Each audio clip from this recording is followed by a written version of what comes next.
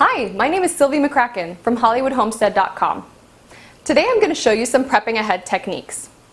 When we first transitioned to a real food lifestyle from standard American processed foods, one of the most difficult things was finding all this time to do all this cooking.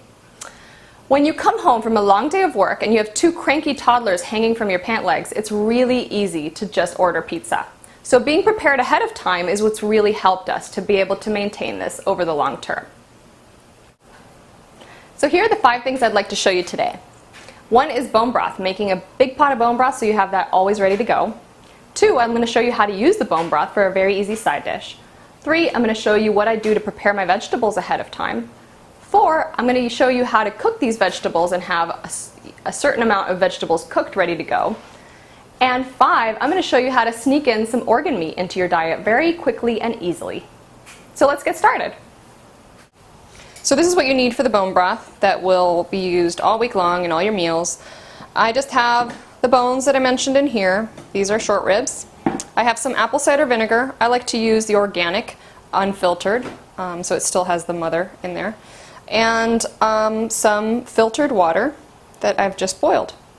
So I will just put, not an exact science, I just splash a little bit of apple cider vinegar. The apple cider vinegar will help the minerals come out of the bones. So it's great for that.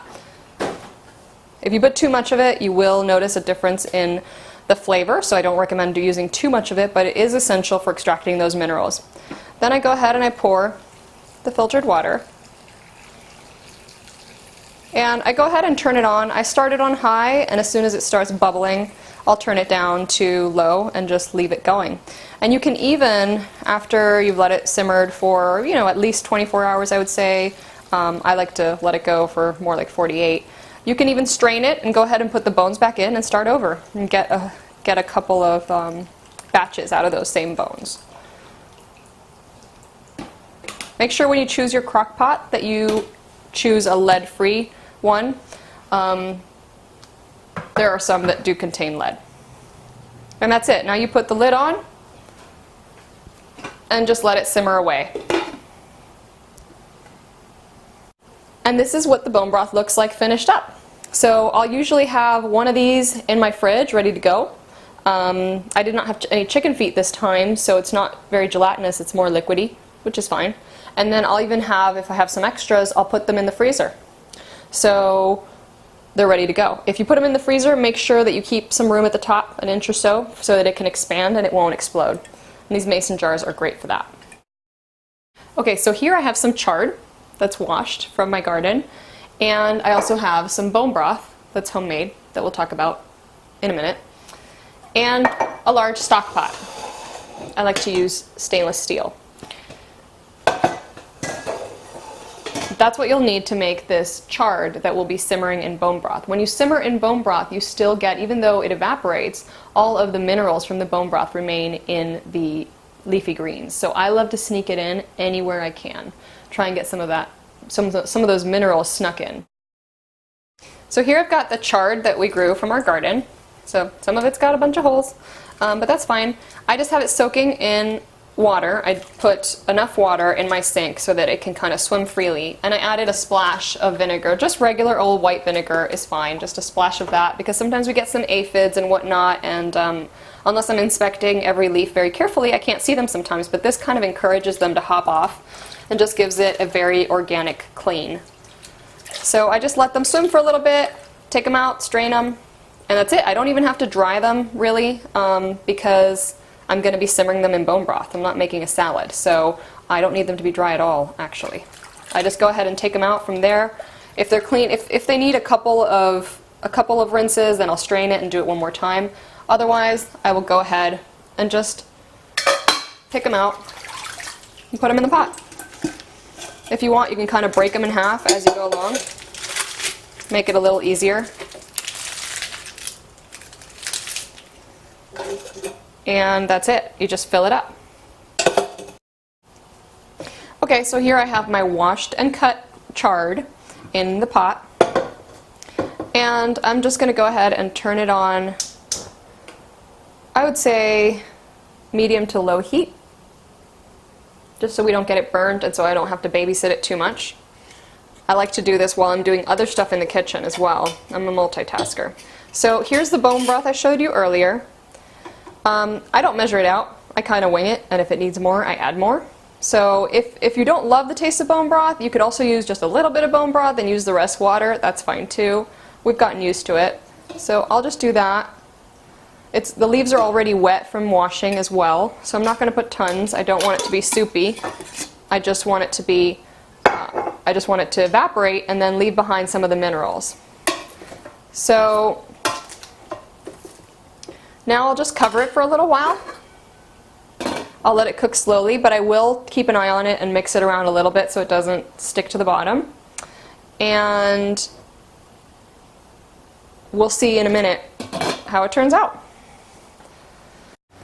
So here's the chard ready to go. It's just very roughly cut, because what I'll do when I serve it, maybe on the side, is I'll spice it up with some salt and pepper or whatever else I feel like that evening.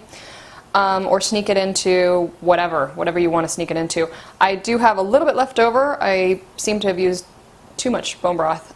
So some of this is bone broth, some of this it was red liquid at a certain point. And so it's very rich in vitamins and minerals.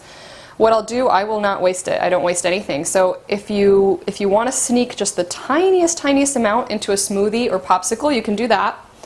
Tiniest amount, you will not notice it with all the other stuff. Or what you can do as well is I like to let it cool down and just put it in my doggy's bowl, and she loves to go ahead and drink that up. So here you have it. I will let these cool down and then I will put the lid on them and just have them in the fridge. And if this is too much for 1 week, then I just put one in the freezer and one in the fridge.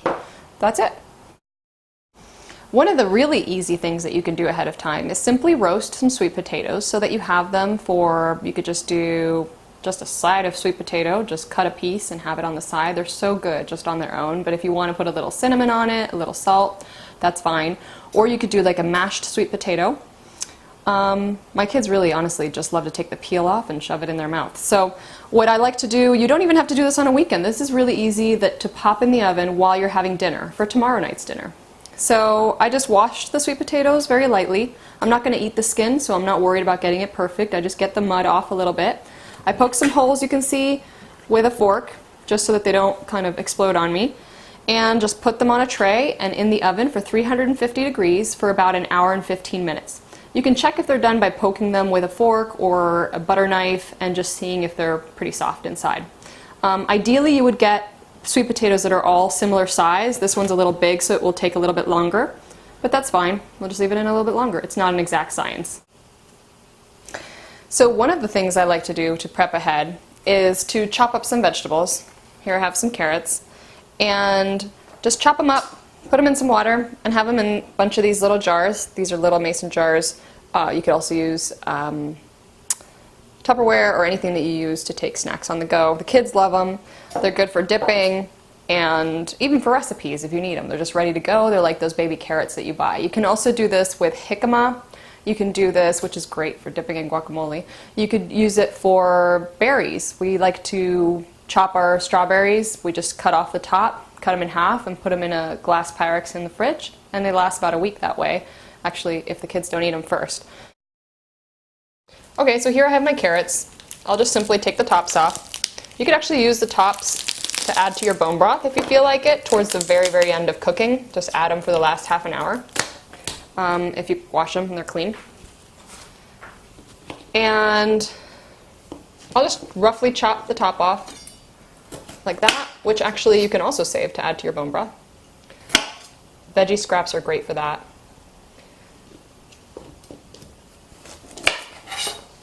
And then what I'll just do is cut them so that they'll fit the jars that I need. I try and make as few cuts as I need to. That saves me time. So I'll just cut them like that. And then I'll cut them. My kids are still young, so cut them a little bit smaller. Perhaps like that. For adults, it might be fine to just leave it like this. Just cut a bunch of them up like that. And I go ahead and put it in this jar. Fill it up with some filtered water.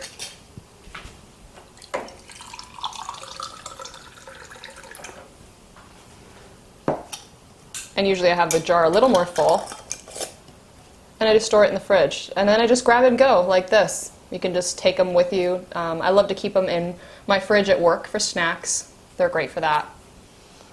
You can do the same with jicama. You can do the same with celery. And that'll save you a lot of time when you're running out the door. Another thing that I like to do ahead of time is grind up some organ meat to use throughout the week. That way I only have to pull out the food processor once and make the mess once and wash the dishes once. So what I usually like to do, the organ meat that I use most often is liver. It's important to get grass-fed, and the liver that I prefer the taste of is lamb liver, which I get from the farmer. You can also buy online, but make sure it's grass-fed. So I defrost the pound of liver. It's very rich in vitamins A, D, K2, all kinds of good stuff. And we don't love the taste of it, so what we do is we sneak it into burgers, for example. Just sneak in a little bit of liver. Kids don't even know. That's kind of the best way to start, I think, with organ meat, if you don't have a palate for it. So what you'll need is a food processor. I have a nice and large one, a 14 cup. And you need your pound of liver, grass-fed, and I like to use these little small Pyrex containers so that you can go ahead and grind it all up and maybe store it in 4 of these. That way you have maybe 2 in the freezer, 2 in the fridge, and just add it as you go along. You can add it to meatballs, you can add it to meatloaf, you can add it just about anywhere. So I'm just going to go ahead and pour the whole pound of liver, which is defrosted from the night before, and it's already in little pieces, which is how it comes, straight into the food processor, right over the blade. Put the top on securely, and it's going to get loud for a second.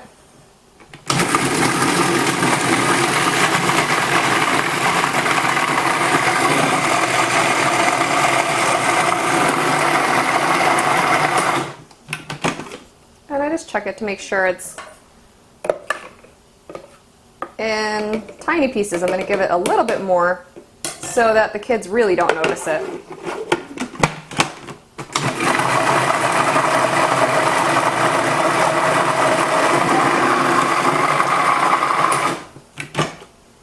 That's pretty good. So now we're just going to pour it, just spoon it into our little containers.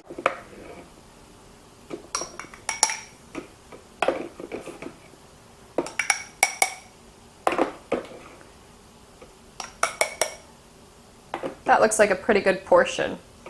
So I'm just going to fill up little containers like this, put a few in the freezer, a few in the fridge, and we're done. So there you have it. In just a little time on the weekend, you can save yourself many hours during the week and make sure your family always has nutritious meals ready to go. See you next time.